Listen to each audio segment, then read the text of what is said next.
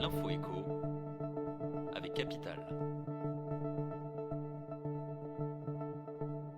On commence avec le fait du jour et l'adoption définitive du projet de loi de finances rectificative, le second volet du paquet pouvoir d'achat. Députés et sénateurs ont validé, jeudi 4 août, un texte qui contient de nombreuses mesures à destination des particuliers fortement impactés par l'inflation. Outre la suppression de la redevance télé, le relèvement du plafond de défiscalisation des heures sup ou la possibilité de convertir ces RTT en rémunération, ce correctif budgétaire officialise plusieurs aides pour les usagers de la route ou les ménages qui se chauffent au fioul. Décryptage de cette loi d'envergure sur notre site.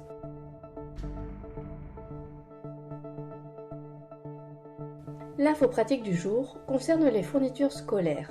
Avec la rentrée qui approche à grands pas, il est temps de s'intéresser aux listes bien fournies de matériel à acheter à vos enfants. Mais l'inflation n'épargne pas les trousses et les cahiers.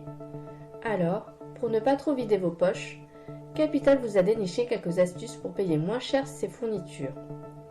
Certaines enseignes proposent par exemple de préparer votre commande à votre place. Fini les achats impulsifs, on s'en tient à la liste. Vous pouvez aussi commander en gros pour réduire les frais, ou encore vous tourner vers les hard discounters.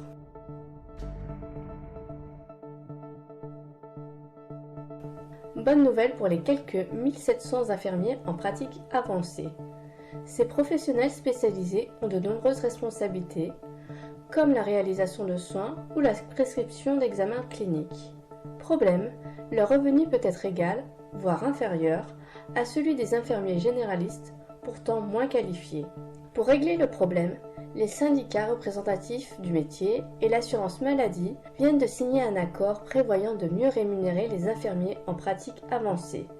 Meilleure valorisation des actes de suivi régulier des patients, aide à l'installation boostée. Retrouvez sur notre site toutes les mesures contenues dans ce texte.